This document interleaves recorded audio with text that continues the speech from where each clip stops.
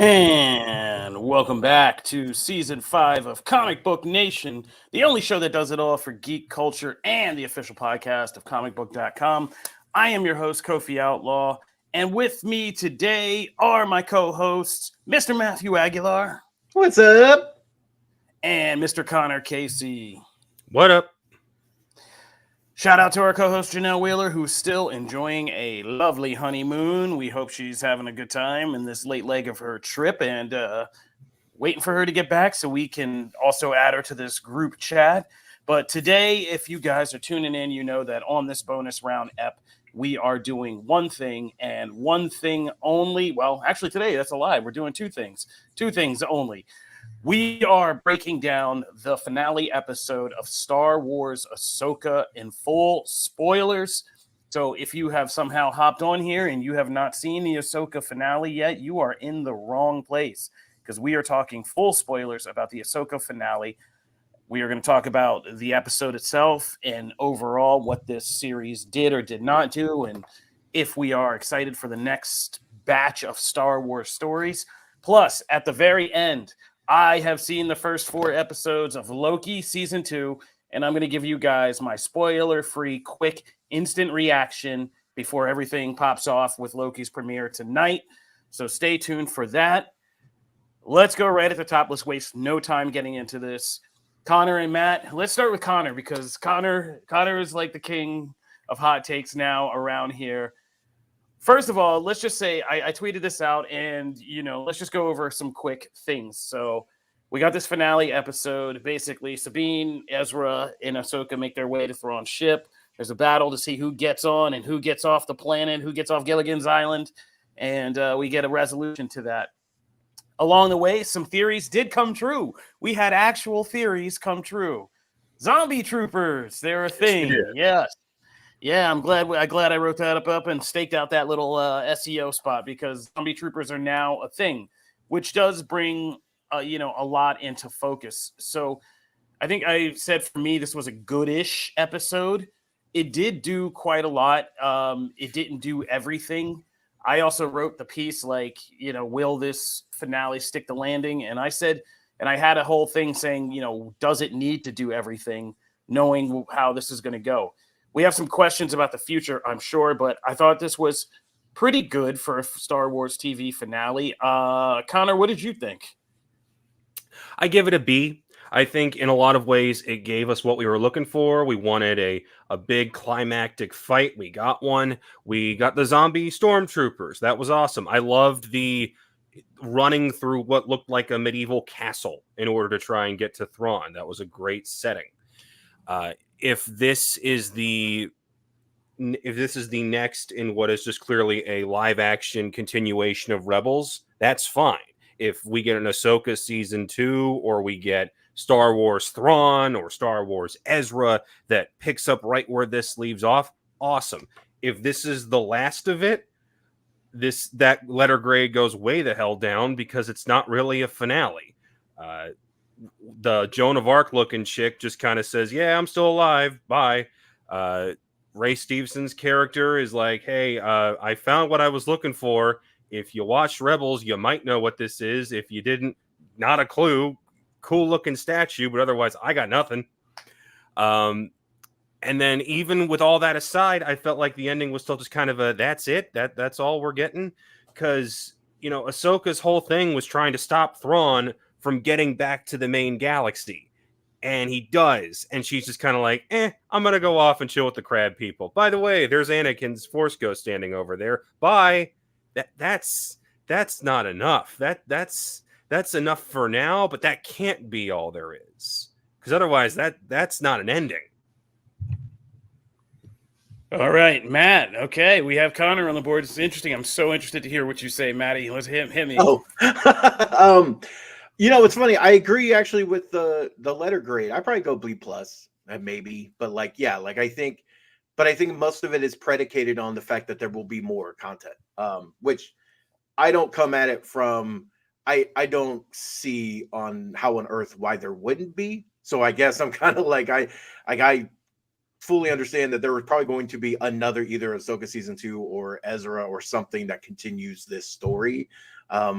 it just, you know, they left so many pieces there on purpose. It wasn't because they ran out of time. They knew how many episodes there were, which there's a whole other discussion. I mean, I saw in the comments actually that, like, to me, you know, 8 to 10 is the sweet spot, but like that doesn't mean you couldn't have had one more episode. Maybe I'm sure there's stuff they could have expounded upon or cut, but overall, I really dug it. I mean, it was a thrilling episode. I think some of the things are being glossed over of like character development. I mean, I don't think Ahsoka.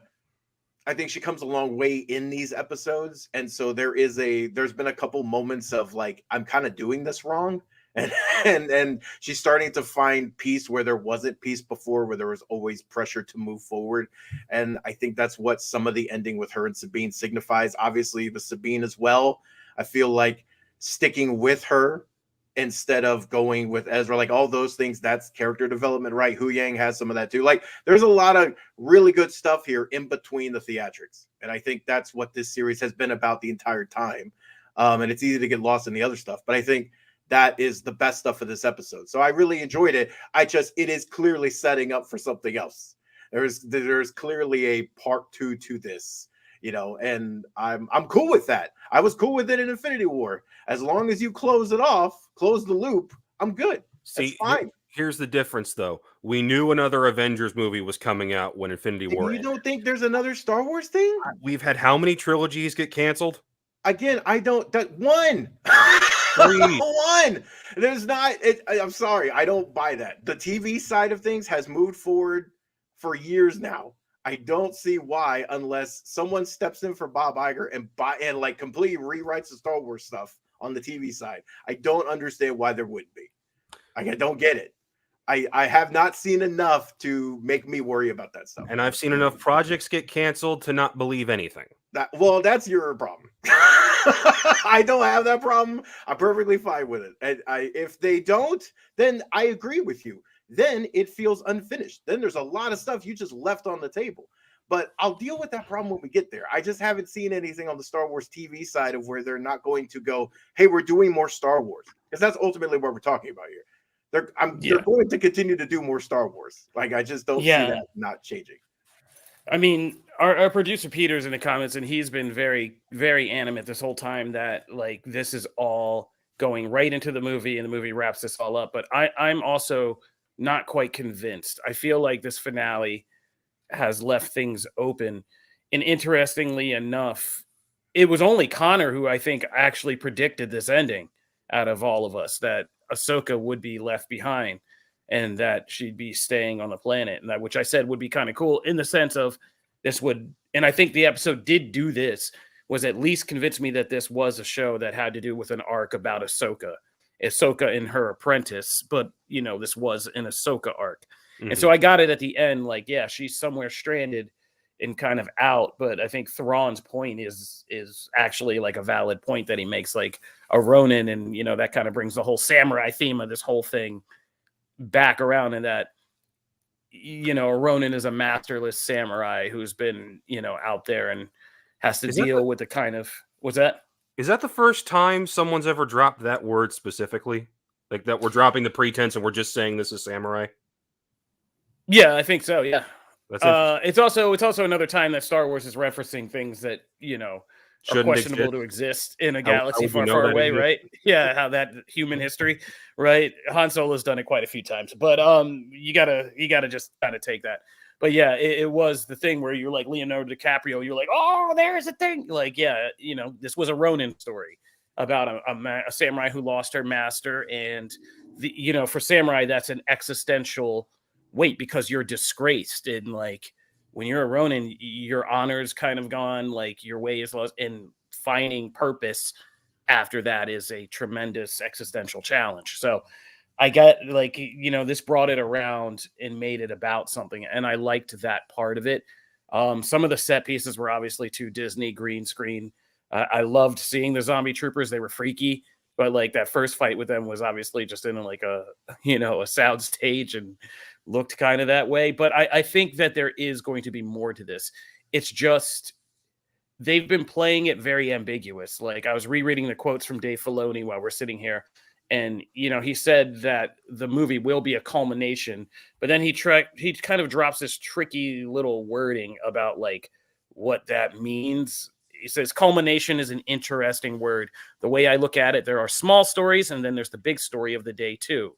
A New Hope and Return of the Jedi tell more important parts of that tale, but there are all kinds of sub stories underneath that. We've been building all these small stories. So like, yes, there is a culminating event that's going to be happening, but there are also other stories to tell. And we also know that Star Wars doesn't necessarily have to do this in order, right? Like they might just do the final story and then tell you a bunch of other sub spin-off stories about what happened before, after, or during, so it can go a lot of ways. But I think I agree with Matt. I mean, if Janelle was here to speak for her, we are getting more content out of this.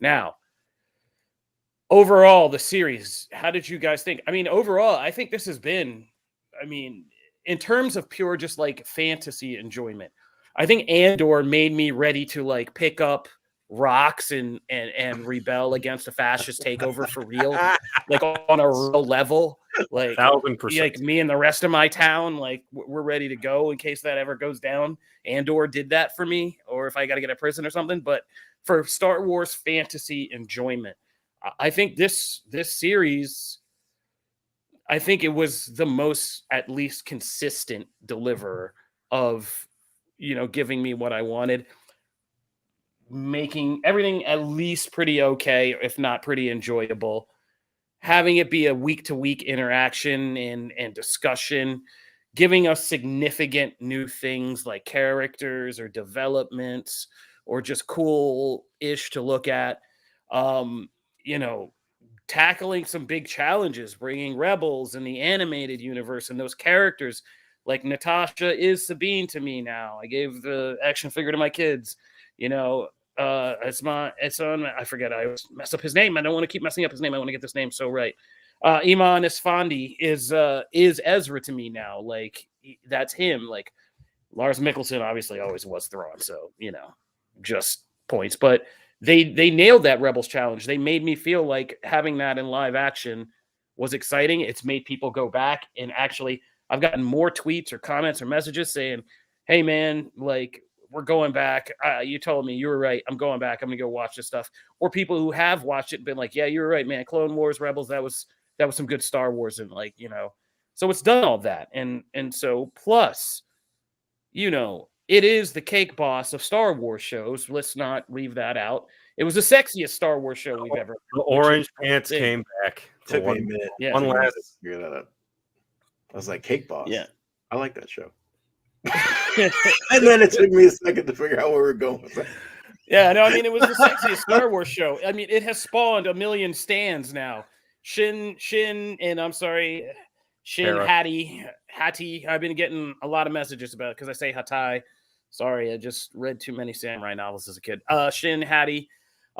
Just call her. I'm calling her Shin, but like she's got a whole new like emo stan fan base. Like it's crazy out here. So Ahsoka came out and made its mark. And as somebody who's been deep in this kind of the side media of Star Wars, animation, comics, all that, I'm happy, and I think that's a significant thing in and of itself. And I'm glad of that. So congrats to Dave Filoni and the whole team for at least keeping me entertained for 8 episodes in 8 weeks, or 7 weeks. Sorry, we got 2 in the first, but yeah. How do you guys feel? Because I'm always more curious about you guys because you're not as hardcore Star Wars fans, and I think it's important we always keep that in the scope. You know what I mean? I think the first 2 episodes took a little too long to get things going. I think it really picks up with episode 3. If you were to ask me to rank the live action shows, I think it goes Andor, the first 2 seasons of Mando, and then this. And I feel like that's okay. I think it's fair. Yeah, I think I'm taking that. That's fair. Ooh, it would be debate for me. I love both seasons of Mando. The first 2. Yeah, but I think I would go Andor, Mando 1. Mando 1. Right now. No, I go Andor, Mando 1, Mando 2, Ahsoka, Mando 3. Then after that, what's left? Like for the live actions, are just Obi-Wan? 50 what we've done here. Obi-Wan, 50 feet of crap, Boba Fett.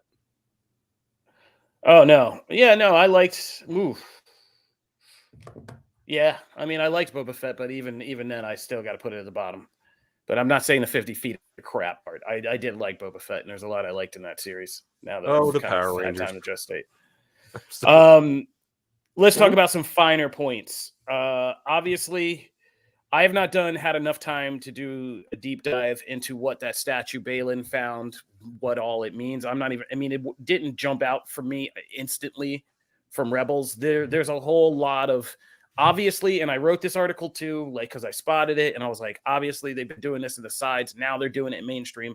The Night Sisters, Dathomir, all of that is becoming a much bigger part of the mythology. Oh, there we go. Thanks, Peter. It's the father. Okay, so Can you explain that to people like me who know nothing? all right, so it's like explaining Cable's origin.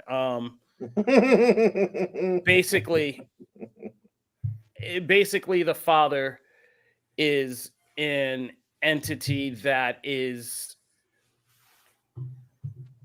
the father is in Mortis. There were these three beings who came from like an ancient species from another world or realm, and they were incredibly powerful, force sensitive people. Now, this gets because I've wrote about this because it created this whole idea that there is like these balancing. The daughter liked the light side of the force, and she became very powerful in the light side of the force because she liked what it represented, life, and all of that. The son decided to kind of go and take on the power of the dark side. He very much enjoyed that. Because he became a dark sider, he became, the father was powerful enough to kind of control and balance them out because he loved both his children. So he maintained like a careful balance between them. This all changed when Obi-Wan, Ahsoka, and Anakin came to Mortis and got stuck. They looked at Anakin and they were like, oh, you're the chosen one.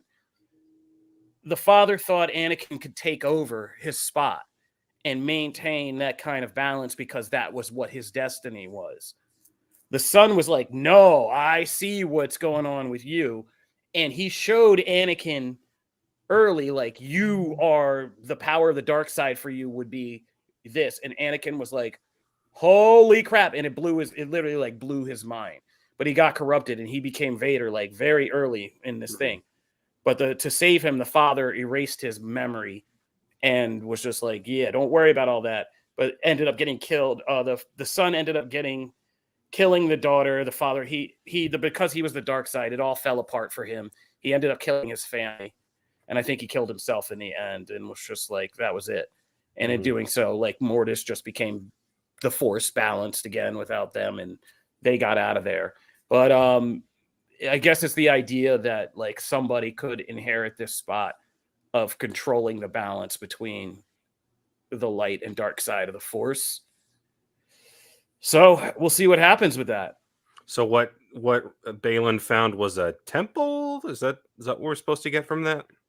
Well, I mean, it's drawing connections between these powerful force users and the witches of the witches of the Night Sisters and the power and how they wield the force and kind of what that's all about. But it also suggests possible origins of the Jedi and their kind of use of the Force and stuff like that, originating also alongside the Night Sisters in this other galaxy.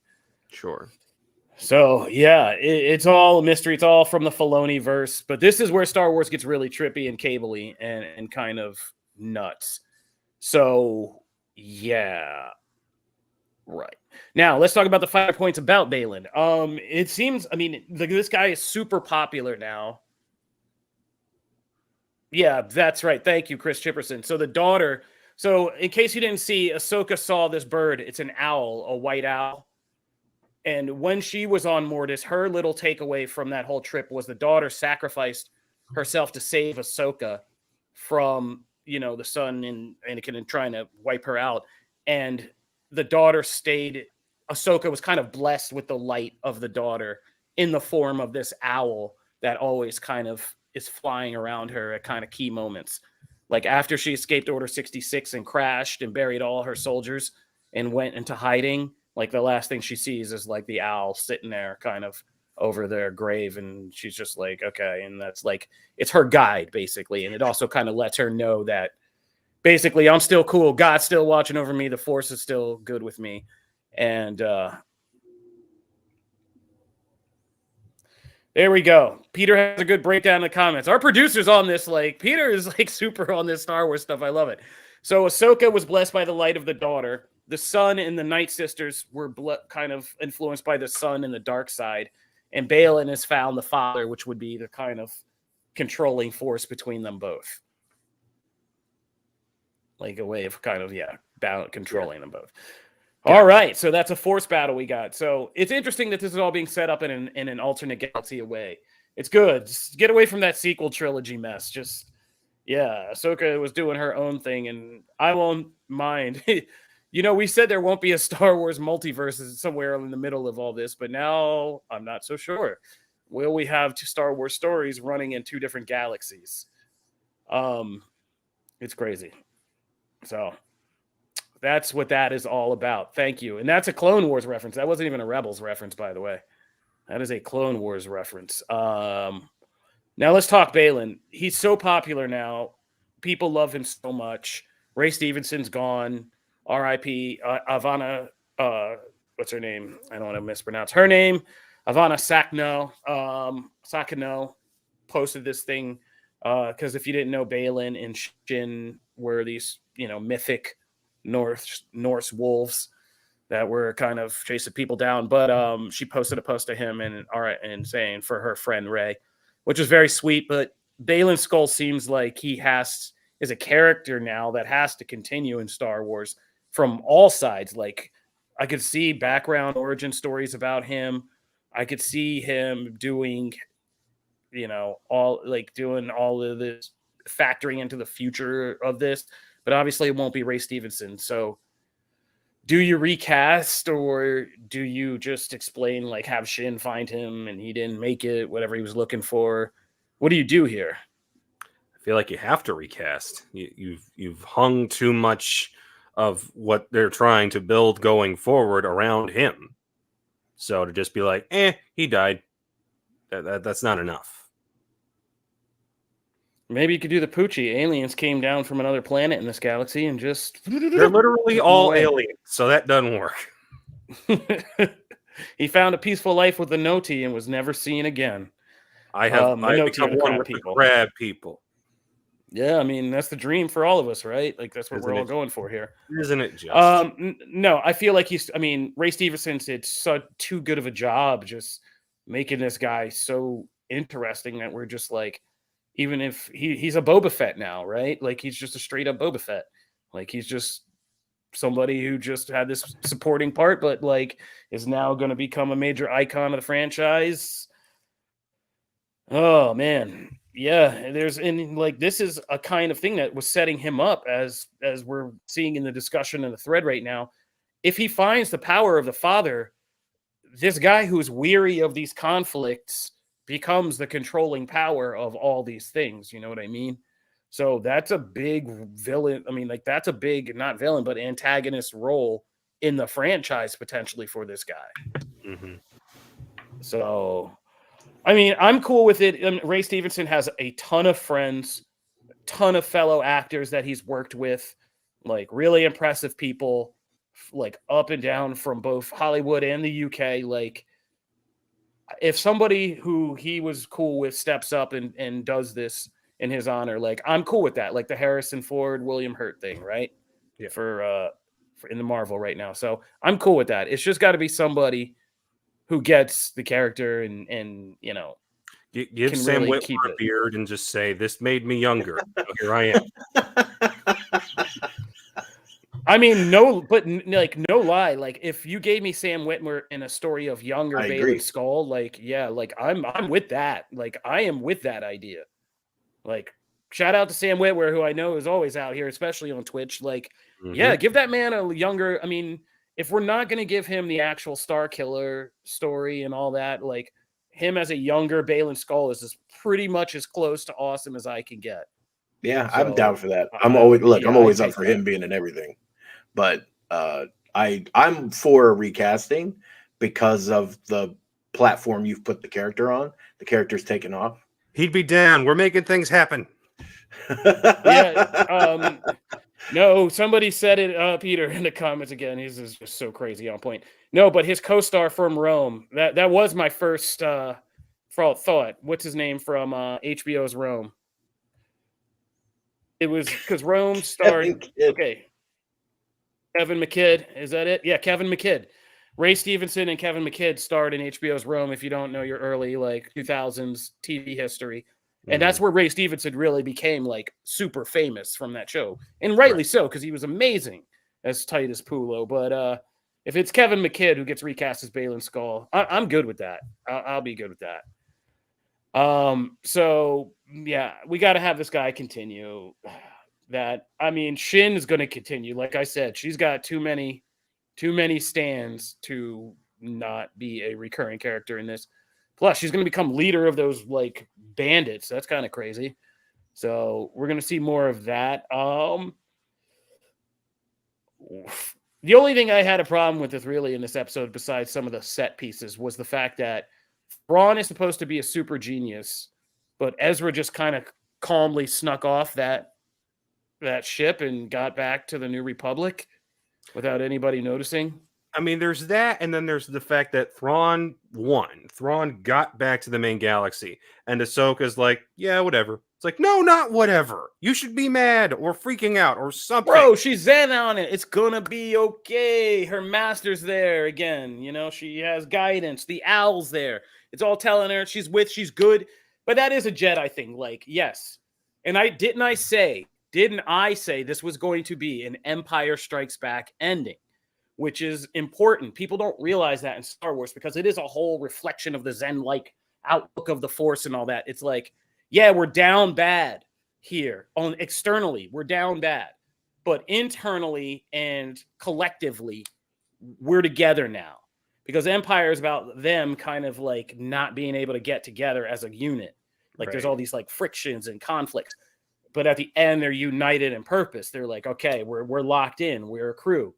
We're going to do this and we're going to win in the end. And this is kind of in a more samurai Eastern Zen-like thing. That's Ahsoka's whole outlook at the end. It's yeah, we're down bad. It looks like we're stranded on Gilligan's Island, but I'm less alone than I've been. And that's the whole thing about Sabine staying. I'm not alone. I'm not out here. And this chain of master and apprentice, is good. I don't have to worry. That was her parental concerns, right? Sure. What's the legacy of me teaching when I had this teacher? And they're good. They're together. Ezra's home. They've righted this situation that was eating at Sabine and kind of getting in her way. Because once that's righted, right, she's able to use the Force. She's now more in tune with things. So, yeah, they're down bad externally, but internally and collectively, they're better. And those things are healed. And that's what I meant when I said, okay, I feel like they stuck the landing in that sense. Peter's even mentioning in the comments, the problem with the show is Ahsoka is zen about everything.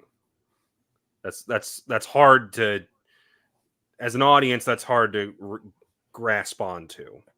I think that's simplified. Right. I mean, yes. Yeah, but that's every samurai story. I think sometimes, but I think in episode 5 is the one where you see her. I mean, because everybody's mentioned her and her facial expression is now a gif with her with the Sith eyes and everything. You see what it looks like when Ahsoka almost loses it for a minute, and it's freaky.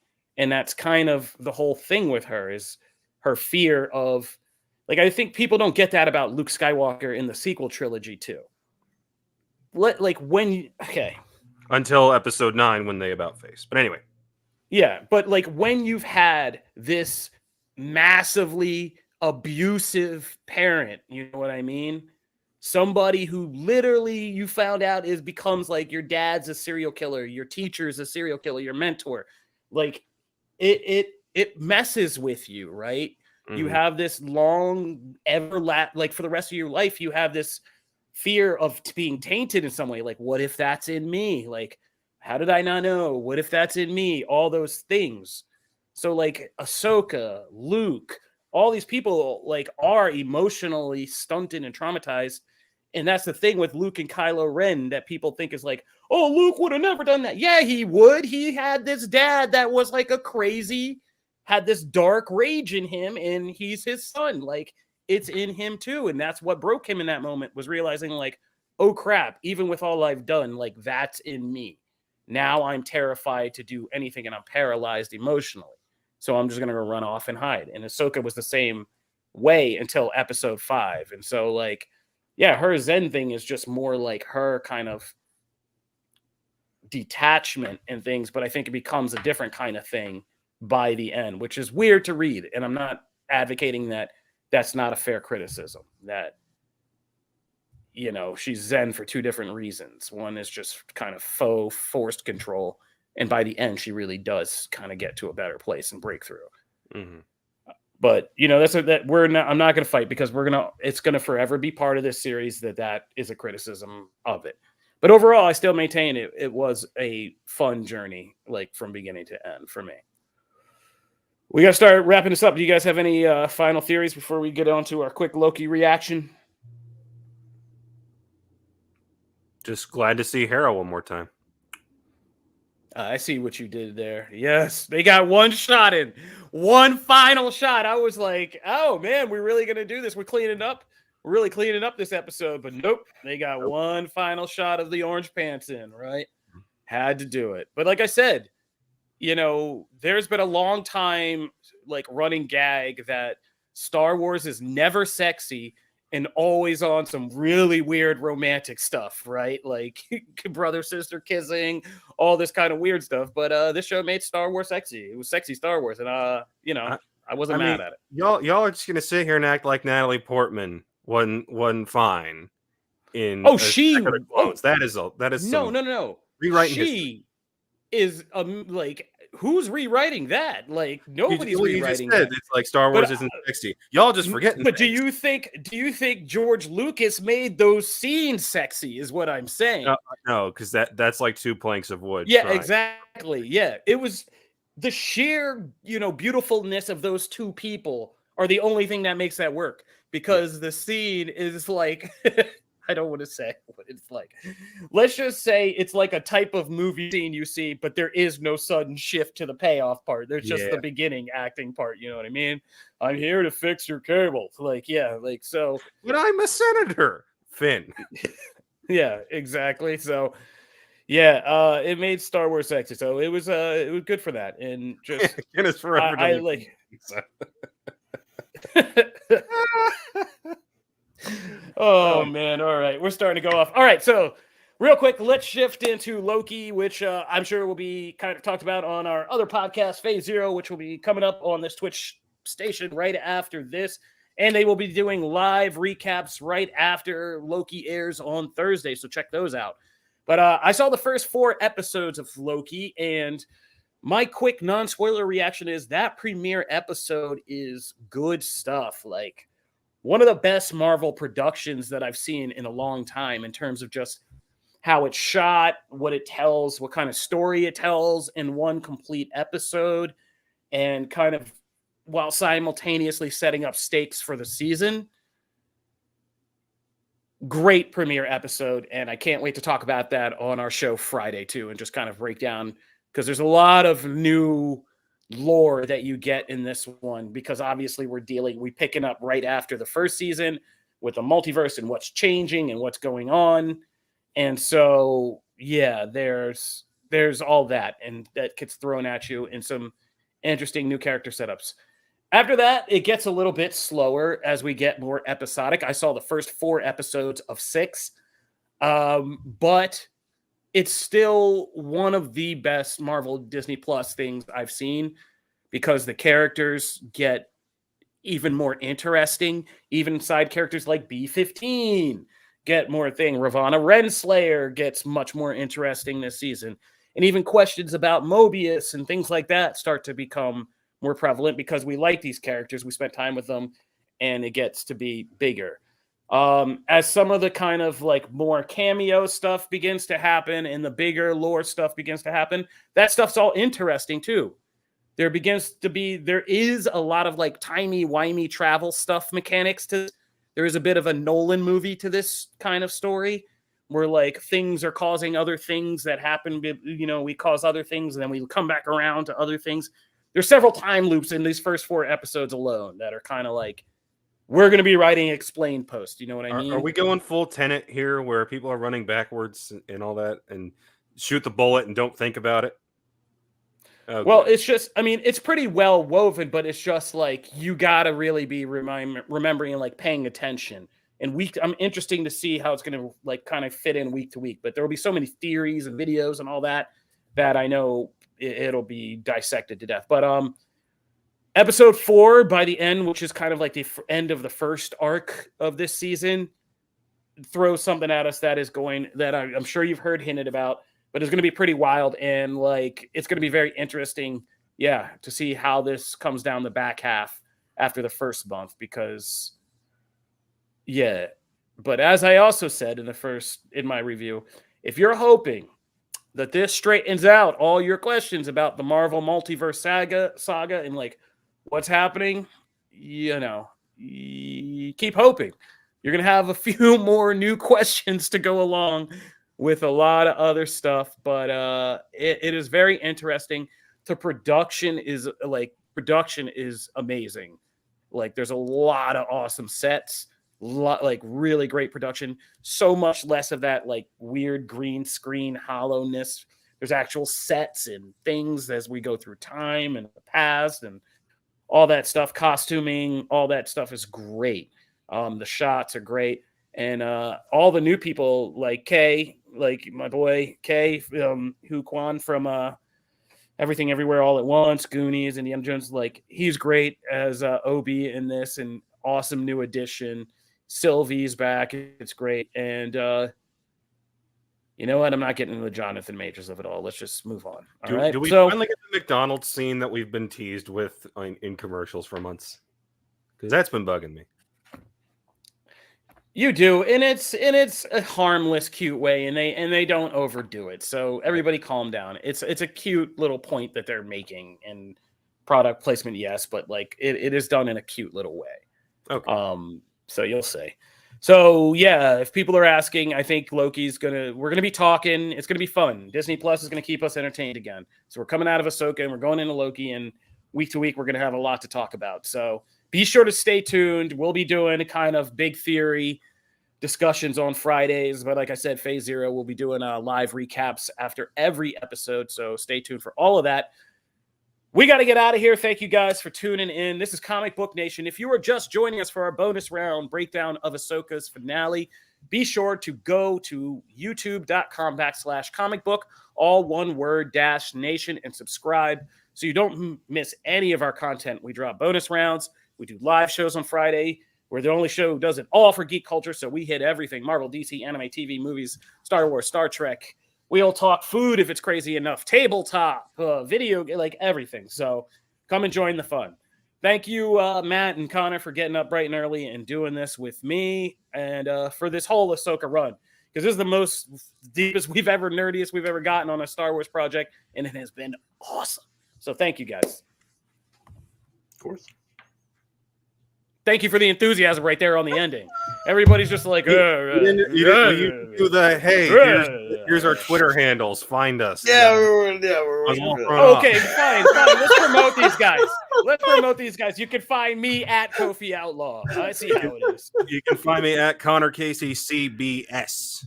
You can find me at Matt Aguilar CB. And you can find us at Comic Book Nation if you want to find us on Twitter. See you guys on Friday. We got to get out of here. This is Comic Book Nation. May the Force be with you. Peace. Later. This is...